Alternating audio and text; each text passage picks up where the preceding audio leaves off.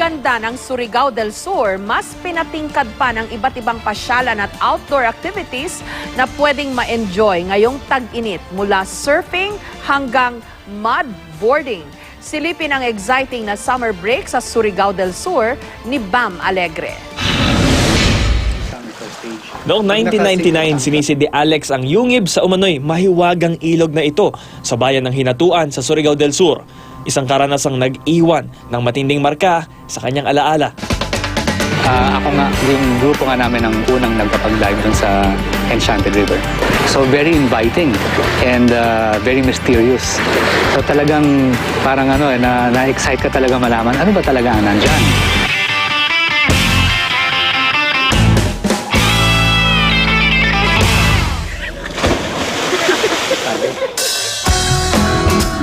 Hindi siya preservatives.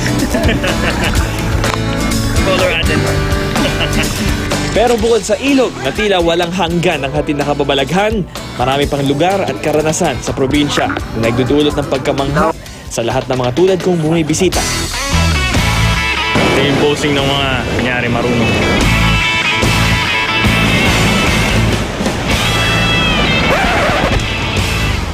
Hagkan ang angking ganda ng probinsya.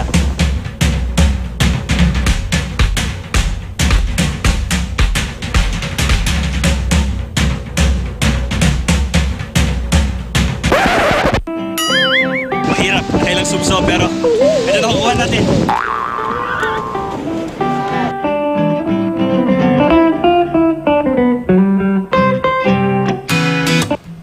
Namnamin ang bawat saglit. Kaya na, kamay lang ha. Yakapin ng anumang hirap o sorpresa. Yung jumping salad ng Bislig City.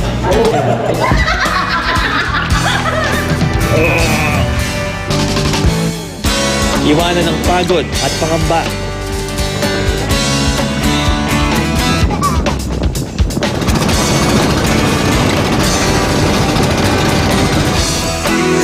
May nahanap daw ditong treasure galing sa mga Amerikano. Nahanap ako ng aking private jacuzzi pero parang babagsak yung bansa. Suungin ang mga bagong posibilidad.